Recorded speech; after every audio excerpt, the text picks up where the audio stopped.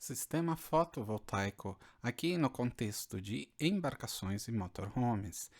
No vídeo de hoje vamos conversar sobre dispositivos de proteção. Esse sou eu e essa é a minha família e nós moramos no mar. Esse é o nosso barco, na realidade é a nossa casa. Na realidade nós estamos trocando de casa, tá bom? Isto é, trocando de barco. Se você der uma olhada nessa imagem, vai ver várias placas solares que nós projetamos e desenvolvemos e usamos no nosso barco. Só que agora a gente está indo para um outro barco, um outro contexto, tudo diferente. E nós estamos estudando e planejando. Eu acho que a melhor palavra é essa: planejando o novo sistema voltaico para a nossa nova casinha, né? Então, daí a ideia de dividir com você a nossa experiência, tanto em desenvolver esse primeiro projeto da nossa casa, do nosso primeiro barco, quanto do novo. E você pode perguntar, mas e aí, motorhome, o que isso tem a ver? É porque nós mesmos nos inspiramos no pessoal de motorhome. Então ele é muito parecido, é muito parecido mesmo. Então é bem possível que aquilo que a gente trata aqui também seja válido para esse contexto, tá bom? No vídeo anterior, a gente comparou os sistemas fotovoltaicos, ou tudo aquilo que se sabe, se conhece sobre esses sistemas fotovoltaicos, com uma árvore.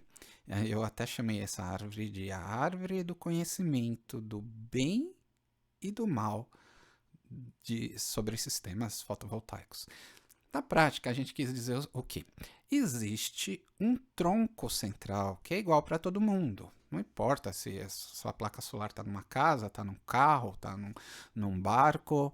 Ah, é, existe um tronco central que o jeito, que os equipamentos, que as coisas são todas iguais para todo mundo.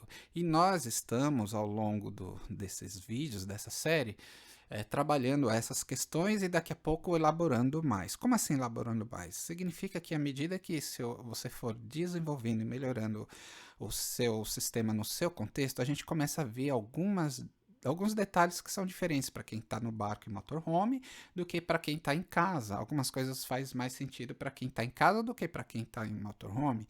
E um dos exemplos que a gente trouxe foi aquele do barco adernado. Lembra disso? O barco ele costuma navegar esse veleiro com uma certa inclinação em relação à linha do horizonte. É chamado de barco adernado, né? E aí a gente ficou pensando, será que isso aí afeta o rendimento das baterias? Será que eu tenho que usar uma bateria diferente, especial? Não muda nada ou prejudica? Né? O que acontece se a bateria ficar torta durante dias? Porque o barco pode permanecer nessa posição dias a fio. Se ele estiver fazendo uma travessia grande, num vento vindo de um lado só, ele pode permanecer dias a fio. E se não ficar nesse lado, ele fica uma parte do tempo desse lado e outra parte do outro lado, ele inclina para o outro lado. Tá certo? Então quase nunca ele vai na mesma linha do horizonte, ele vai sempre adernado. E que implicações isso tem no sistema fotovoltaico? São coisas que a gente não vê em outros canais. Aliás, né, os outros canais estão trabalhando aquele tronco central mais em direção ao pessoal que trabalha com isso em residência, em casa, tá certo? Nenhum problema contra isso, mas a gente precisa desenvolver as soluções para o nosso contexto. Mas o pessoal de motorhome também não fica atrás. Veja essa estrada. Uma estrada de terra que pode durar horas para você sair por ela, né? Na realidade, essa estrada está até bonitinha, né? Porque tem estrada muito pior do que essa. E qual é a consequência? Bom, a consequência direta é a trepidação, né? É, na realidade, o que seria a trepidação? Seria uma energia tentando desconectar todos os seus cabos. Se você passar horas a fio assim, tudo bem que talvez não desconecte 100%, mas às vezes deixa mais frouxo, solta um cabo ali, outro cabo aqui, e daqui a pouco o seu rendimento, o seu sistema começa a perder rendimento e você não faz ideia. Será que a gente deve acondicionar a nossa bateria colocando no piso do automóvel, pendurando? Como é que a gente faz para evitar o efeito da trepidação? Veja, essas duas questões, tanto da trepidação como o barco adernado, são questões que para quem tem uma placa solar numa casa, no chão, em terra, não pensa nisso, nem precisa pensar, tá certo? São detalhes de quem vive na estrada ou vive no mar. Sem falar, no mar também tem a questão da maresia, da correção, da corrosão acelerada, enfim, são muitos detalhes que a gente precisa conversar e elaborar aqui. No vídeo passado a gente parou aqui nessa parte, né? Mas antes eu quero convidar você a lembrar você para participar do nosso Telegram, do nosso Element, do Instagram. A gente tem um canal, um grupo só sobre elétrica em motorhomes e barcos. Tá? Então, você é muito bem-vindo. Você está planejando isso para o seu barco ou para o seu motorhome, está desenvolvendo sistema elétrico, ou quer contribuir com o pessoal que está. Então, também ali é um espaço interessante para a gente conversar. Tá certo? Vamos lá. A gente viu que se a gente tiver uma placa solar, um controlador de carga e uma bateria, a grosso modo, a gente já tem o básico para o nosso sistema funcionar. Principalmente se a gente tiver tudo dentro do nosso barco ou do nosso motorhome em 12 volts. Né? Então, se a iluminação é 12 volts, se o som é 12 volts, se a geladeira é 12 volts, ou qualquer coisa que tiver lá dentro for em corrente contínua, 12 volts ou outra coisa, mas em corrente contínua. Nesse caso, o que a gente faz? A gente pega da bateria e endereça para um QDC. Gerson, o que é isso? O que é QDC? QDC é uma terminologia técnica, uma abreviatura técnica de quadro de distribuição de circuitos. Nada mais é do que um quadro. Sabe esses quadros de energia que você tem na sua casa? É um quadro daqueles, parecido com aquele, só que de corrente contínua. Significa dizer que todo cabo, que todo equipamento seu tem que chegar um cabo nesse QDC. Tá certo? Você tem uma luz lá no banheiro, essa luz tem que chegar um cabo no QDC.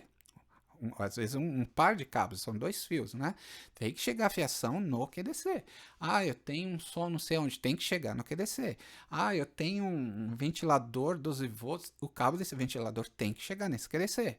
É uma central que tem que chegar todos os cabos e lá vão ter todos os dispositivos facilitatórios para a gente manejar esse sistema, tá certo? Mas em linhas gerais, se eu tiver isso, pronto, eu já tenho o básico que eu preciso.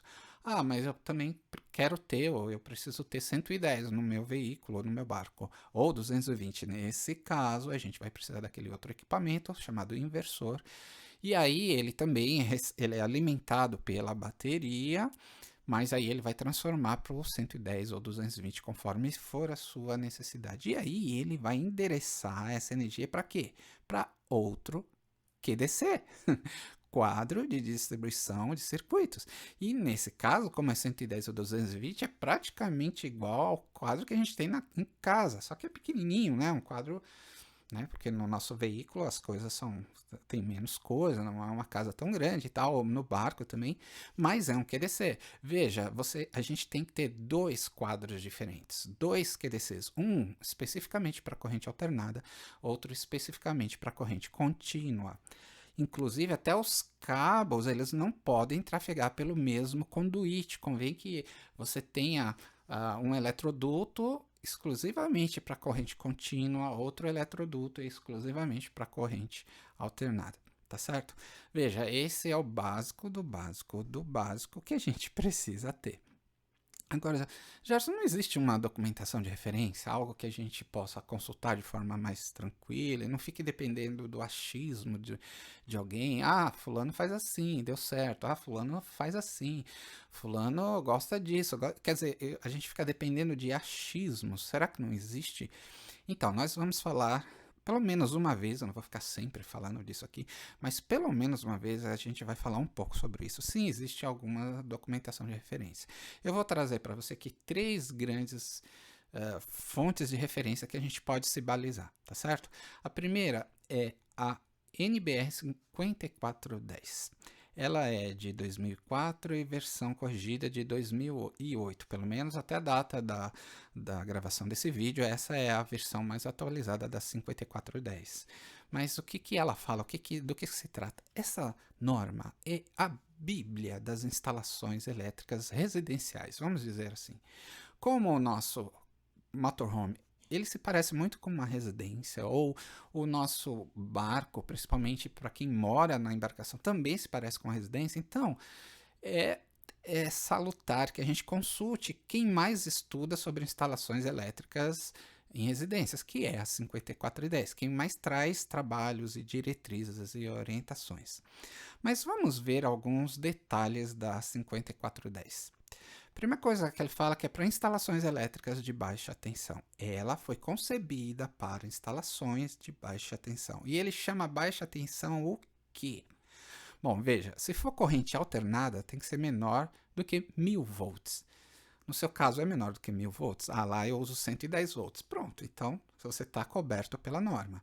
Não, eu uso 220 volts. Também está coberto pela norma. Isso é muito legal. Ah, mas eu só tenho corrente contínua lá, não tem nada 110 e 220. A norma também lida com essa situação, mas tem que ser menor do que 1500 volts. Você tem menos do que isso no seu barco ou no seu motorhome? Ah, lá eu uso 12 volts. Pronto, está coberta. Não, mas eu tenho um painel que ele fica em 43 volts, eu tenho dois painéis, dá 80 e tanto. Não importa, é menor do que 1000 volts. Então, graças a Deus, você está coberto pela norma. E isso é muito bom, porque a norma ajuda a gente a fazer as coisas do jeito certo. E não ficar dependendo do que alguém acha que deve ser feito. A gente segue a norma e pronto, tá? O que mais? Vamos ver um outro detalhe. Exclui embarcações e veículos automotivos. Ah, poxa. No item 1.3b e c, a norma diz que ela não foi concebida para o contexto de embarcações e veículos automotivos. Ela coloca outras coisas lá, aviação também não. Mas aí ficou difícil. Como é isso? Então, é verdade. A 5410, se você não seguir a 5410, você não é obrigado. Não vai ter problema com isso. Mas é legal a gente seguir o conceito da 5410. É legal a gente seguir o que ela pensava quando ela deu alguma norma, alguma diretriz. Olha, faça assim. Qual o problema da gente fazer daquele jeito?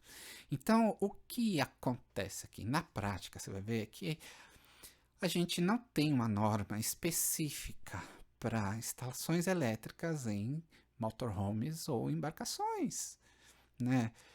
No Brasil, na data de hoje, não tem. Mas a gente pode usar a 5410 como um bom norte, como uma boa prática para a gente. Quer ver um outro detalhe dela? Ela se aplica a trailers. Uau, que legal! Trailer é um motorhome que não tem motor. É um motorhome que precisa ser rebocado por um carro. Bom, você tem um desse? Então, você está 100% coberto pela 5410. Isso é ótimo. Isso é ótimo, tá bom? Existe uma outra norma, é a 16690. Ela é de 2019. Ela é específica para instalações elétricas de arranjos fotovoltaicos.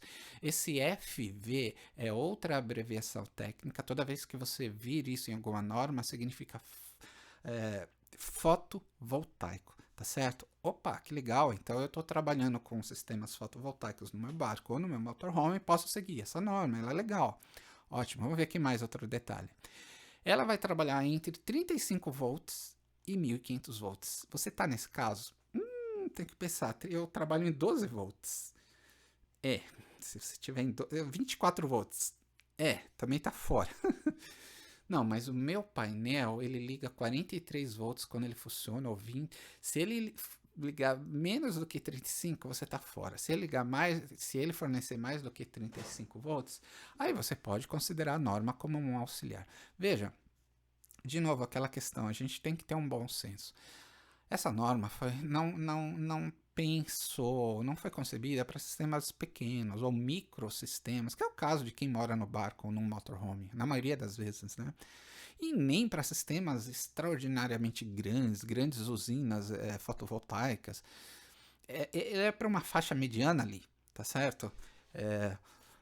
Mas se a gente não estiver coberto pela norma, a gente procura usar com bom senso a norma, porque ela é uma super dica de como fazer a coisa direito, como fazer a coisa certa da melhor forma possível. tá bom? 3 ou mais módulos. Eita, eu só tenho 2 no meu motorhome. Pronto, se você só tem 2 módulos fotovoltaicos, não importa se eles são de 500 watts cada um. Não importa se inventarem uma placa solar de 1000 watts cada uma. Você só tem 2? Pronto, a norma diz que ela não foi pensada para você. Aí, de novo, a gente cai naquele caso de a gente usa o bom senso. Vamos fazer o máximo possível que a norma orientar. E aquilo que ela realmente não tiver como lidar ou não falar, a gente tem que ou pegar o espírito da norma, entender o que ela gostaria de dizer, então a gente faz aquilo que ela tentou comunicar, ou a gente vai ter que buscar recursos em outros lugares, tá bom? Há outras normas internacionais, a gente pode seguir outras coisas também. Tem que ser maior do que 100 watts, tá? Você tem uma placa só de 60 watts, é um mini sisteminha no seu veleiro ou no seu motorhome. Veja, a norma não foi pensada para casos tão pequenininhos assim, tá bom? Que outra coisa a gente pode ver? A norma considera a NBR 5410. Como assim? O que significa isso? Significa dizer que, por vezes, na hora que você estiver lendo a 16690, ela fala assim, esse item vide a 5410. Aí você vai lá na 5410 e ela fala assim, exclui embarcações e veículos automotivos. Então, significa dizer que uma norma trabalha em conjunto com a outra, só que a outra fala que ela não trabalha com embarcações, embarcações e veículos automotivos. Significa dizer que nenhuma das duas normas cobre motorhome nem embarcações, tá certo? Ai, quando eu descobri isso, eu fiquei tão frustrado, não foi muito legal. Então, na prática, não existe uma norma específica para quem está em barco, para quem está em motorhome. A gente vai ter que usar o bom senso, o melhor do que essas duas normas puder trazer para dirigir a gente, tá bom? Agora, tem uma que funciona. Sabe qual é a que funciona 100%? O manual do equipamento. Ah, aí não importa se você mora num submarino ou se você mora num foguete na lua, se você está num motorhome, num barco, no topo de um vulcão, não importa. Você vai ter que seguir as diretrizes do equipamento. O que o equipamento disser, então, isso é uma norma válida, independente de qualquer situação. Tá? Então entenda bem aqui, nós vamos aplicar um bom senso, vamos seguir até tudo que for possível das 5410 e da 16690, tá certo? Mas com o entendimento e com o bom senso que elas não foram concebidas nem desenhadas para o nosso contexto. Então a gente vai pegar o melhor que ela for, que ela puder dar pra gente e seguir o manual do equipamento. Tudo bem? Beleza? Vamos lá, vamos para frente. Uau, nós tínhamos parado. O tema desse vídeo aqui são sistemas dispositivos de proteção. Qual é o primeiro dispositivo que eu vou trazer para você? É o DPS. Veja esse vermelhinho. Eles não são só vermelhinhos, tá? Alguns fabricantes são vermelhinhos, mas outros têm tudo quanto é cor, para dizer a verdade. Eles são os dispositivos de proteção contra surto, contra descargas elétricas atmosféricas, contra fuga de corrente. Eles são ultra importantes. A 16690 fala que eles são obrigatórios, tá bom? Então a gente vai considerar isso como algo obrigatório, tá certo? Vamos lá, vamos para frente. Peraí. Gerson, mas eu devo usar um nesse lugar aí? Ou devo usar mais em outros lugares? A norma fala em usar pelo menos um, mas o fabricante, ele fala assim que aconselhava a cada 10 metros de cabo você colocar um. Então, assim, é que 10 metros nem sempre acontece no contexto de barco nem de motorhome, né? Mas se tiver um equipamento que o cabo tem essa distância, convém que você coloque mais. Então, veja, não é proibido você colocar outros em outros lugares, porque ele não vai atuar nunca, só se acontecer uma descarga, né? E aí você pode ter múltiplos em vários caminhos. Você pode ter, por exemplo, um aí e um em cada QDC, se você quiser. Né? Tem um de corrente contínua, você põe outro lá. Você tem um QDC de corrente alternada, você põe outro lá. Tá certo? Você pode pôr em vários lugares. Mas a gente deve ter pelo menos um. Pelo menos um. Qual outro dispositivo de proteção a gente deve usar? Os mais famosos dele, qual que é? São os disjuntores. Então, ah, a gente vai ter um disjuntor entre o painel solar e o controlador. A gente vai ter um entre o controlador e a bateria. Veja que aqui eu já vou fazer uma ressalva, tá certo? Esse é um disjuntor polêmico. Muita gente não coloca aí, tá? O manual dos equipamentos, do controlador de carga, fala para você usar. Então, se o manual fala, mesmo que a norma diga para não falar, a norma não diga nada, se o manual fala, a gente é aconselhável a gente pôr. Mas eu vou explicar por que isso é uma polêmica, tá? Aguenta a mão só mais um pouquinho, que tem mais uma coisinha que eu vou falar para a gente tratar essa questão aí. Bom, a gente pode colocar e deve colocar um dispositivo, um disjuntor entre o inversor e a bateria, um na entrada, chegando ali no QDC, um na entrada do QDC de corrente contínua e um lá no QDC de corrente alternada. Gerson, por que você mudou a cor desse aí? Ainda bem que você percebeu. Eu falo assim com as minhas crianças. Desculpa aí. É o seguinte, realmente, essa cor aí mostra que eles são diferentes. Um disjuntor para corrente alternada é diferente de um disjuntor para corrente contínua. Veja que todos os anteriores ali são de corrente contínua. O chato é que eles são mais caros. De corrente alternada, né, do QDC de corrente alternada, ele é baratinho, mas os outros são bem mais caros e, curiosamente, a gente precisa de mais deles, né? É uma pena, né? Quer dizer, é uma coisa que a gente tem que lidar. Mas é verdade. Então, quando você for escolher um disjuntor, precisa separar bem. Ele vai ser empregado onde? É em corrente contínua? Então, precisa ser um disjuntor específico para corrente contínua. Não, ele vai ser empregado onde? Corrente alternada. Ok. Ainda bem que é mais barato, né? Mas é corrente alternada, então ele tem que ser específico para corrente alternada. O outro dispositivo de proteção que a gente pode empregar são os fusíveis. Dê uma olhada ali. Eles parecem um disjuntor. Na realidade, eles são uma caixinha que você abre a caixinha, você coloca os fusíveis, e são fusíveis de E-solar, que eles falam, né? Um fusível de ação ultra rápida. E eles ficam lá. Mas qual é a diferença de usar um disjuntor e um fusível? Na realidade, a norma fala para a gente usar. O fusível ele não é obrigatório na leitura da norma, só é obrigatório quando você tem múltiplos painéis solares. Quando você tem um ou dois, isso não é obrigatório, mas não é impeditivo. Se você quiser ter uma proteção extra. E tem diferença? Bom, tem algumas diferenças, tem sim. Primeiro, ele reage muito mais rápido do que um disjuntor, tá certo? Normalmente ele reage. Claro que os fusíveis eles têm vários tempos de reação, mas os fusíveis de ação ultra rápida eles são bem mais rápidos do que o disjuntor. Isso é uma coisa boa até eu acho. Agora outra coisa é que imagine se esse fusível queimar. Ok, queimou.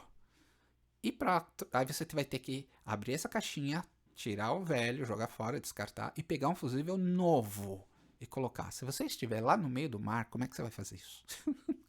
Você vai ter que ter vários deles de reserva já de prontidão ali, porque senão desarma o fusível, você não tem como armar e comprar outro. Se você estiver na estrada também é difícil, não é toda cidade que vende isso, então convém ter esses fusíveis de reserva, tá certo? Porque se desarmar, você tem que ter outro ali. Isso é uma coisa meio chata. No caso do disjuntor, ele desarmou, você arruma e verifica qual é o problema, vai lá e arma de novo, tá certo? Não tem que comprar nada, não importa se você tá lá no meio do mar, no meio da floresta, numa estrada XYZ, não importa, tá certo?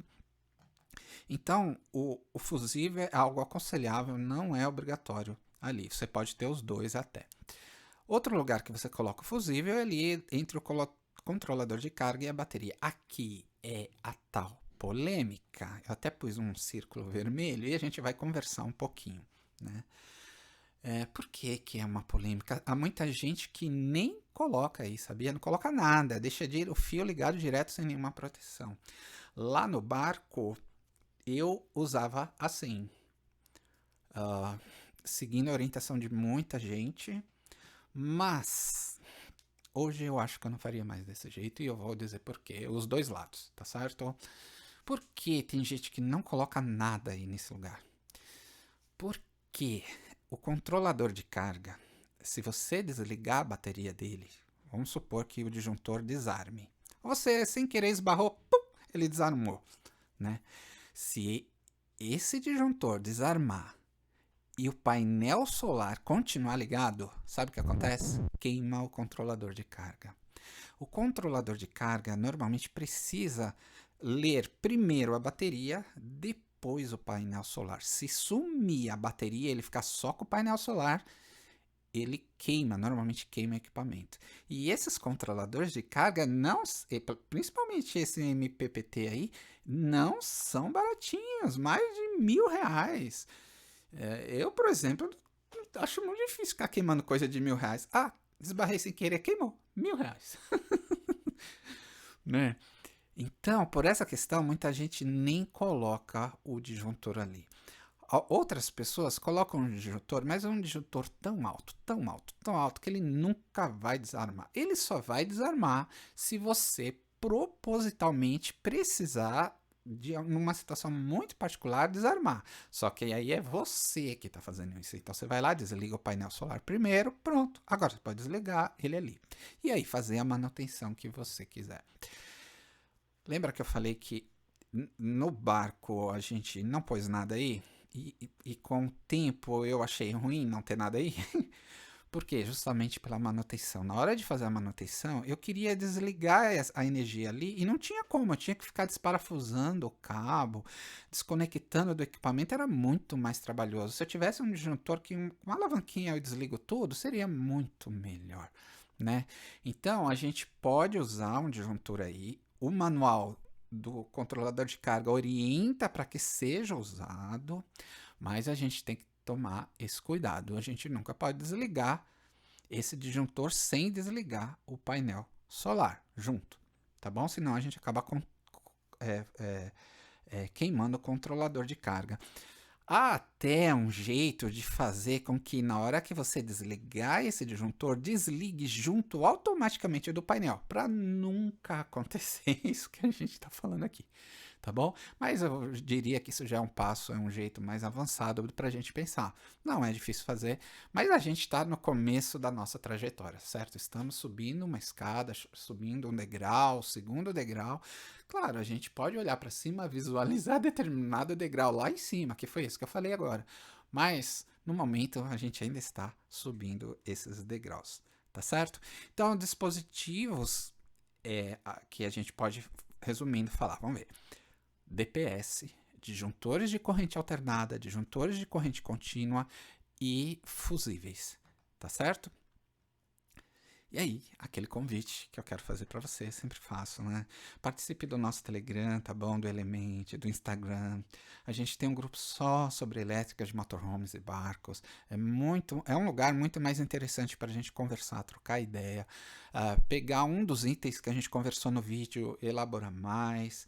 Tá certo? Então fica o nosso convite, você é bem-vindo para contribuir, para ajudar, para ser abençoado e para abençoar a gente aqui também. Nós temos também um canal só sobre vida náutica. Você quer saber como que é a vida no mar, como é morar num barco, como o mundo acontece para quem vive no barco, você também está curioso, se quiser participar, também você será muito bem-vindo, tá bom? No próximo vídeo, você não faz ideia das coisas que a gente vai conversar. Coisas muito, muito legais e muito importantes para você que está desenvolvendo, se preparando, melhorando a elétrica do seu barco ou do seu motorhome, tá bom? Espero você no próximo vídeo. É isso aí.